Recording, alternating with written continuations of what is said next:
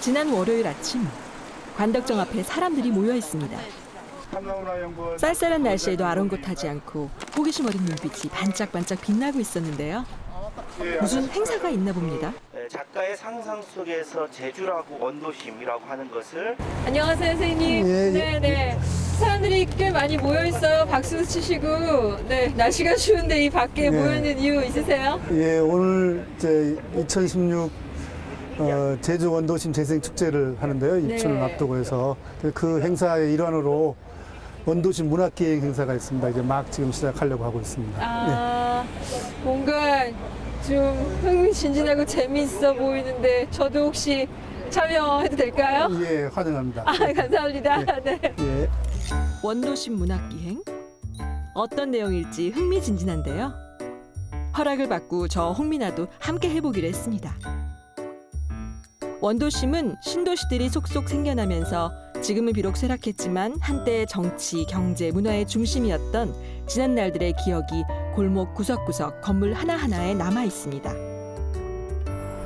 오늘 문학기행에선 이 원도심의 오랜 기억 중 문학 이야기를 골라서 우리에게 들려주신다고 해요. 첫 번째 목적지는 이날 집결지이기도 한 관덕정 광장입니다. 현기영의 소설 지상의 숟가락 하나에서 관덕정 광장은 민중의 한거 공간이자 동시에 민중의 꿈이 좌절된 공간으로 묘사되고 있습니다. 타고 남은 섬, 땅에 죽고 남은 사람들. 그 중에서도 청년들의 희생이 막심하여 태반이 죽었는데 이번엔 그 나머지 청년들에게 출정 명령이 떨어졌다. 그리하여 그 출정은 단독 정부 수립을 반대했다가 폭도, 역도의 이름으로 학살당한 그들의 선배들과의 영원한 결별을 뜻했다. 그 모순을 수락할 수밖에 없었다. 조국으로부터 역도의 섬이란 오명을 뒤집어 쓴 제주. 제주의 청년들이 조국을 구하기 위해 목숨 건 출정에 나선 그 역사의 아이러니. 이를 두고 작가 현기영은 모순의 선택이라고 이야기합니다. 또 불의에 항거하는 제주섬 공동체의 전통이 관덕정 광장을 중심으로 다시금 불지펴지기를 바라고 있습니다. 관덕정 광장에서 현기영은 제주섬 공동체의 신화가 다시금 피어나기를 바라는 마음으로 바로 이 작품을 쓰지 않았나라는 생각을 합니다. 그래서 지상의 숟가락 하나는 관덕정이라는 광장의 장소성을, 장소의 의미를 지금 현재도 우리한테 묻고 있는, 그래서 문제적 작품이라고 저는 생각합니다. 어째 시작이 좀 무거웠죠? 관덕정에서 출발한 문학기행은 칠성로로 이어졌습니다. 칠성로는 제주의 명동이라 불릴 정도로 상점가가 즐비한 곳이죠. 이곳에는 어떤 문학 이야기가 숨어 있을까요? 최현식이라고 한 소설가의 회고에 의하면 칠성로를 걸을 때 어깨로 걷는다는 표현을 합니다. 이거 어깨로 걷는다는 표현은 사람과 사람이 부딪히지 않으면 갈 수 없다는 것이죠. 칠성로에 특별한 추억이 있다. 손 들어보세요. 예, 나오십시오. 잠깐 나오십시오. 나오십시오. 성함이 홍진수 선생님. 예. 어떤 추억이 있으십니까? 저는 여기서 태어났어요. 그렇습니다. 그러면 오십시오. 적격입니다. 여러분 박수 한번 주십시오. 아이고. 여기 보이시죠? 나는 본다. 1940년대 말 일제 때 제주 칠성통 남아가시 팔던 양과점을 남아가시 맛을 1960년대엔 다방들이 와자자 생겨나 청탑 다방에서 처음으로 유행하던 샹숑들도 듣고 베토벤, 모차르트, 슈베르트, 차이콥스도 듣고 극장들 코리아극장, 중앙극장, 제1극장, 당구장 등 날마다 취해 새마을 노래 넘쳐나고. 박수 한번 주십시오. 잘하셨지요? 그러니까 일제 때는 남아가시 하면 일본 과자 팔던데요. 그러다가 결국 뭐가 생긴다? 피난민이 오면서 일단 제일 먼저 사람이 모이면 뭐가 생깁니까? 술집이 생기고요. 다방이 생겨나고요. 예술인들이 늘어납니다. 그러니까 그들과 교류를 하게 되는 거죠. 그러니까 이 여기서부터 산지 한까지가 무슨 도리예요? 근대와 만나는 실핏줄입니다. 한산하기만 한 이 골목이 한때는 어깨를 부딪히며 걸어야 할 정도로 핫한 곳이었다는 것도 신기하고 또 많은 문화예술인들이 6.25 전쟁 이후 이곳에서 피난 생활을 하며 제주도민과 교류했다는 사실도 참 인상적입니다. 당시 제주 문학계에 가장 많은 영향을 끼친 인물로는 소설 백지 아다너로 유명한 계용묵을 꼽을 수 있는데요. 여기 칠성로는 그의 기억을 아직 간직하고 있습니다. 여기가 바로 동백다방 자리입니다. 동백다방 자리입니다. 그 이름도 뭐 계용묵 선생이 지어졌다고 얘기하는데요. 커피 한잔 시키고 하루 종일 글을 쓰고 책을 읽고 사람을 만납니다. 그러니까 지금 제주 문학의 1세대라고 불려지는 분들이 한국전쟁 이후에 대충 나이가 중학생이거나 많으면 고등학생쯤 됐습니다. 그러니까 당시 중학생이거나 고등학생들이 만나서 선생님 저 시 썼는데요, 작품 썼는데요, 좀 봐주십시오 라고 하니까 흔쾌히 봐줘요. 그러니까 봐주니까 얼마나 좋습니까? 그러니까 봐주니까 그냥 가면 안 되겠다, 야 우리끼리 뭐 좀 해볼까? 라고 해서 동인지를 만듭니다. 그게 별무리라고 하는 동인입니다. 가슴 졸이며 유명 작가에게 직접 쓴 작품을 보여주던 제주 문학 청년들의 그 순수한 눈망울을 상상하니 미소가 번집니다. 또한 우리 민족의 비극인 6.25 전쟁이 제주로선 문화예술이 비약적으로 발전하는 계기가 됐다는 것이 참으로 아이러니하기도 하고요. 서울에 있는 문인, 소위 말하면 서울에서 좀 잘 나가는 문인들을 만나는 건 쉽지가 않은 일이었습니다. 그죠? 그런데 한국전쟁이 발발하니까 역설적이게도 그런 분들이 우리가 큰 돈을 들이지 않았는데도 불구하고 자기 발로 찾아와요. 많은 예술가들이 오면서 결국은 제주의 문화가 새로운 국면으로 접어들게 됩니다. 제주 문학도 마찬가지였고요. 계용묵 소설가 주위에는 청년 양중혜도 있었습니다. 양중혜 시인하면 떠나가는 배가 떠오르는데요. 그 뒷이야기가 흥미롭습니다.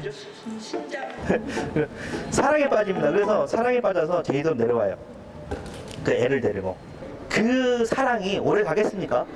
결국은 이제 그 여학생의 부친이 와서 그 여학생을 데리고 갑니다. 근데 이제 이별을 할 때 누구랑 가냐면 양중혜 선생하고 박물 선생하고 산지항을 가요. 근데 갔더니 사랑하는 소녀를 떠나보내고 하니 얼마나 가슴이 아픕니까? 그 가슴 아픈 이야기 표정을 보고 쓴 시가 떠나가는 배입니다. 양중혜 시인의 떠나가는 배는 가곡으로 우리에게 더 친숙하죠. 사랑하는 여인을 실은 배가 속절없이 멀어져가는 모습을 바라보는 가슴 아픈 이별의 순간. 당시 박목월의 애틋한 심정을 상상하면서 함께 들어볼까요?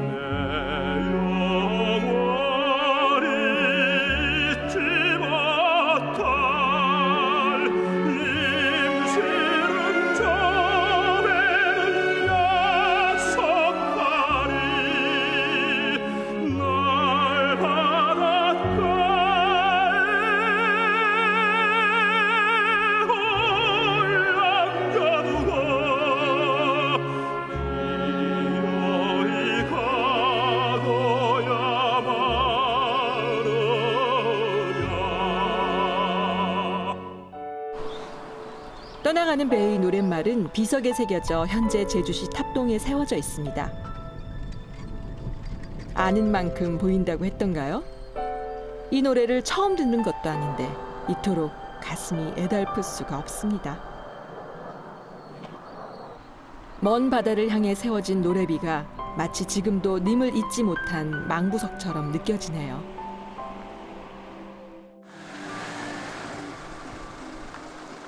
당시 매서운 바닷바람을 피해 건물 안으로 잠시 몸을 녹이기로 했습니다.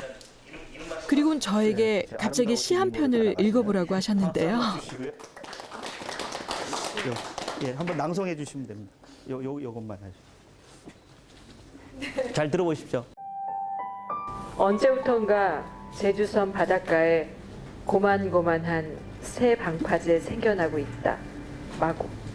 탑동 매립을 2번씩이나 해서 태풍 불 때 그토록 혼이 나도 그래 30년 후엔 다시 제주 바다가 될 것을. 어떤 잘난 비평가는 나보고 탑동에 관한 시를 쓰지 말라고. 시시하게. 그런데 요즘 3번째 매립한다고. 자, 박수 한번 주십시오. 아, 역시 원도심 이 칠성로의 바로 옆에 그 먹돌 해안이 그대로 살아있다고 한다면 그 어떤 생태적 가치뿐만 아니라 관광적 가치는 아마 돈으로 따지기 굉장히 힘들지 않았을까라는 생각이 듭니다. 하지만 지금 그 모든 게 이 매립한 땅 밑에 묻혀 있습니다. 우리 인간은 인간의 목적을 위해서 탑동을 매립을 했습니다.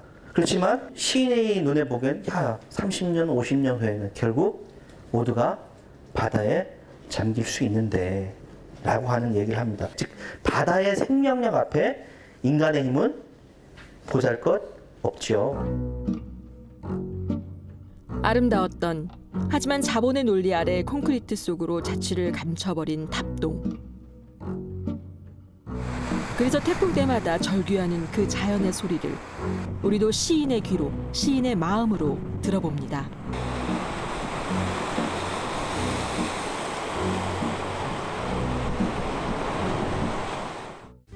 이후로도 우리의 문학기행은 계속됐습니다.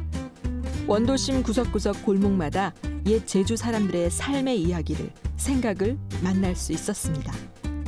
또 그곳을 배경으로 한 문학작품도 살펴보고 작품의 문장 하나하나도 깊이 있게 음미할 수 있었죠. 원도심이 이렇게 많은 문학의 향기를 품고 있는지 미처 몰랐네요. 제주시 원도심 곳곳에 숨어있는 그 역사의 아픔, 그것이 문학으로 승화돼서 우리 독자들에게 지금 감동을 주고 있는데 그 현장을 찾으니까 더 가슴이 찡하고 우리 젊은이들이 제주 문학을 더 섭렵해서 제주 원도심이 살아 숨쉬는 원도심이 됐으면 좋겠습니다. 반듯한 길이 나 있고 세련된 건물이 즐비한 동네도 좋지만 그곳에선 결코 발견할 수 없는 매력이 원도심에는 있습니다. 그것은 바로 우리의 기억과 추억, 이런 것들일 텐데요. 이번 주말 원도심을 찾아 옛 추억도 떠올리고 기회가 되면 제주 문학의 현장을 둘러보는 이런 프로그램에도 참여해보시면 어떨까 싶네요. 우리가 관심을 안 가져서 그렇지 이미 굉장히 풍부한 이야기들이 있거든요. 그건 뭐냐면 결국 제주 사람들이 살아왔던 수백 년의 역사가 여기 있는 거거든요. 그 역사의 지층들을 조금씩 이렇게 살피다 보면 우리가 알지 못한 이야기들이 많이 나오거든요. 그러니까 새로운 이야기를 만들어내거나 덧붙이는 것도 물론 중요하지만 기존에 나와 있는 이야기들의 의미를 발견하는 것들. 그러니까 그래서 자기의 삶과 결부시켜서 이 원도심의 장소성에 대한 새로운 생각이나 그런 의미들을 좀 되찾고 가셨으면. 제주 문학